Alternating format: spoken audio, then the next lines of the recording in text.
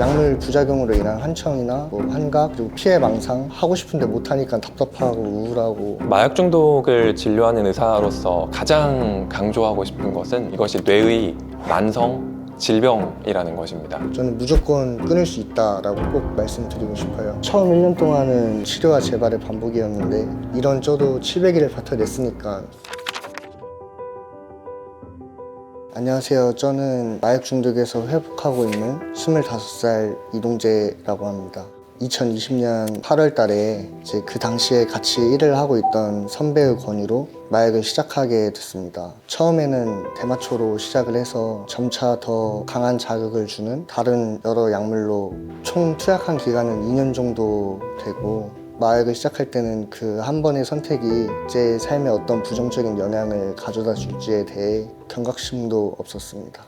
처음 그 기억을 잊지 못해가지고 그 느낌이랑 감정을 다시 느낄 수 있을까라는 생각에 마약을 또 다시 손대고. 15년, 20년 전에는 40, 50대 남성, 집에서 혼자 약을 투약하는 사람이 상당히 전형적인 마약 중독 환자였거든요. 지금 제 진료실에 오는 환자들의 압도적인 다수가 20대 초반입니다. 심지어는 지금 중학생이고 고등학생인데 진료실에 오는 환자들도 점점 더 많아지고 있거든요. 의학적으로는 뇌의 성숙이 20대 초중반 까지 이루어집니다. 초기 성인기에 약을 하게 되면 정말로 이 과정 자체에 치명적인 손상을 받기 때문에 굉장한 후유증이 남을 수밖에 없습니다.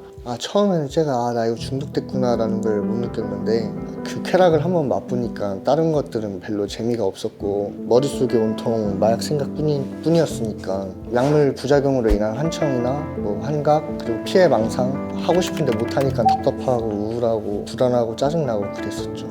왜 했을까? 약간 이런 생각도 있고, 좀 우울증, 도파민을 다 끌어서 써서 그런지 지금 3일째 연속 수면제를 안 먹으면은 계속 가위에 눌리거나 악몽을 꾸거나. 각성제 계열의 약을 했던 사람은 어느 날 갑자기 약이 안 들어오면 억제 기능이 안 되기 때문에 조그마한 일에도 굉장히 폭발적으로 화를 내고 아무 의욕이 없고 너무 무기력하고 집중도 안 되기 때문에 일상생활을 할 수가 없습니다. 그러니까 자기 힘으로 이 증상을 넘기기가 어렵기 때문에 초기 시기, 금단 증상이 있는 시기에 병원 치료를 받아야 하는 것입니다.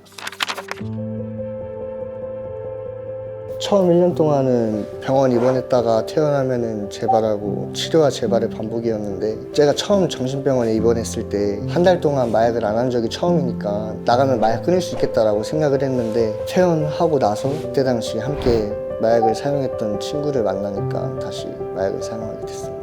갑자기 어느 날 약을 끊는 것은 정말로 어렵습니다. 의지가 있다고 해서 쉬이 끊을 수 있는 것이 아니기 때문에 대개는 이 불안정한 시기를 입원 치료를 통해서, 또 입원을 하지 않으시더라도 외래를 최대한 짧은 간격으로 일주일 간격으로 오시면서 약물 치료를 상당히 적극적으로 진행하게 됩니다. 마약 중독을 진료하는 의사로서 가장 강조하고 싶은 것은 이것이 뇌의 만성 질병이라는 것입니다. 마약 중독과 가장 많이 닮아있는 질환은 당뇨병이거든요. 당뇨 환자분들이 병원에 잘 가고 약을 먹거나 인슐린 주사를 맞고 생활습관 개선을 통해서 삶의 질을 유지하듯이 마약 중독 역시도 병원에 오고 약물을 복용하고 또 마약과 관련된 생활 수칙들을 지키면서 삶의 질을 충분히 되찾아갈 수 있는 질환입니다. 드디어 이제 일주일 만에 악몽 없이 수면제 먹고 잘 잤고요. 단약을 시작한 지 26일차가 됐어요. 드디어 단약 100일이에요. 이제 정신과 약도 그냥 끊어버렸습니다.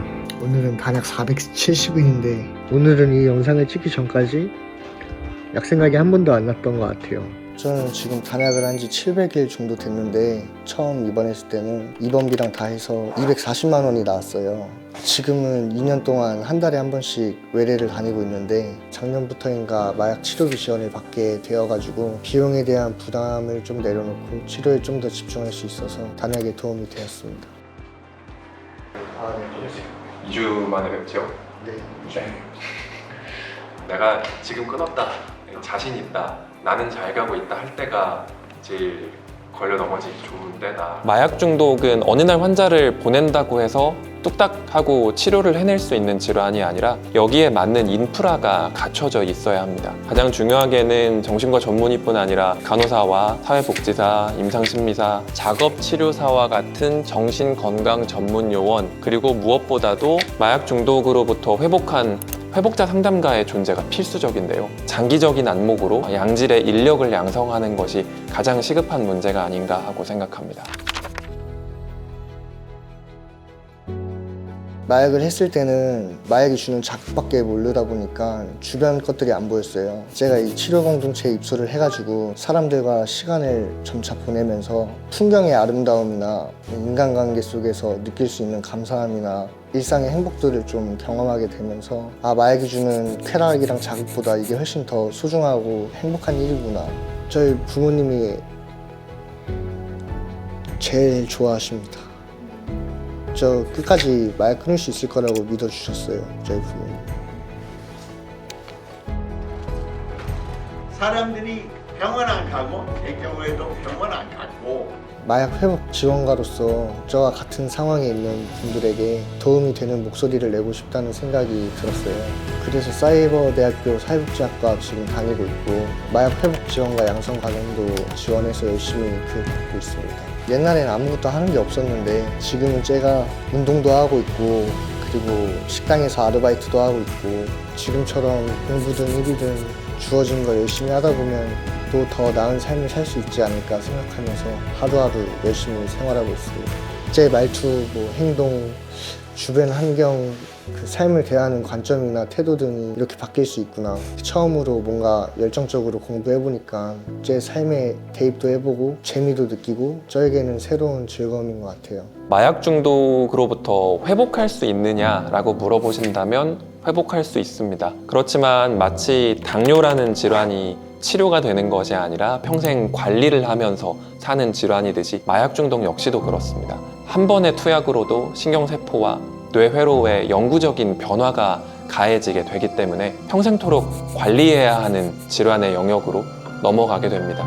저희 그 NA 리딩 가이드에서 마약의 끝은 교도소, 정신병원 혹은 죽음이라고 얘기하는데 저와 같은 청년 아니면 청소년들이 사회로 다시 나와서 건강한 사회 구성원이 됐으면 좋겠다라는 생각을 합니다. 저는 무조건 끊을 수 있다라고 꼭 말씀드리고 싶어요. 저도 1년 동안 단약 성공과 실패를 반복하면서 정말 힘들었는데 이런 저도 700일을 버텨냈으니까 힘든 일 있으면 병원이나 가족 아니면 관련 기관이나 주변 사람에게 적극적으로 도움도 청했으면 좋겠어요. 코로나19 확산 초기에 우리가 이 감염된 사람들을 개인의 도덕적인 일탈로 여기고 손가락질했었습니다. 그래서 이 사람들이 나와서 치료를 받지 못했고 결국은 감염이 더 퍼지는 데 기여했습니다.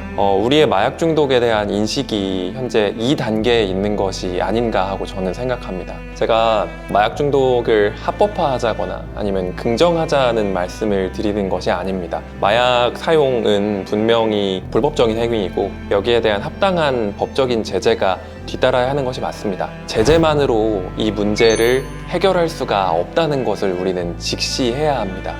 중독자들이 치료를 받을 수 있도록 하는 환경을 구축하는 것, 그리고 사회적인 인식을 조성하는 것이 우리가 마약 중독 문제를 해결하기 위해서 가장 시급한 사회적인 과제라고 생각합니다.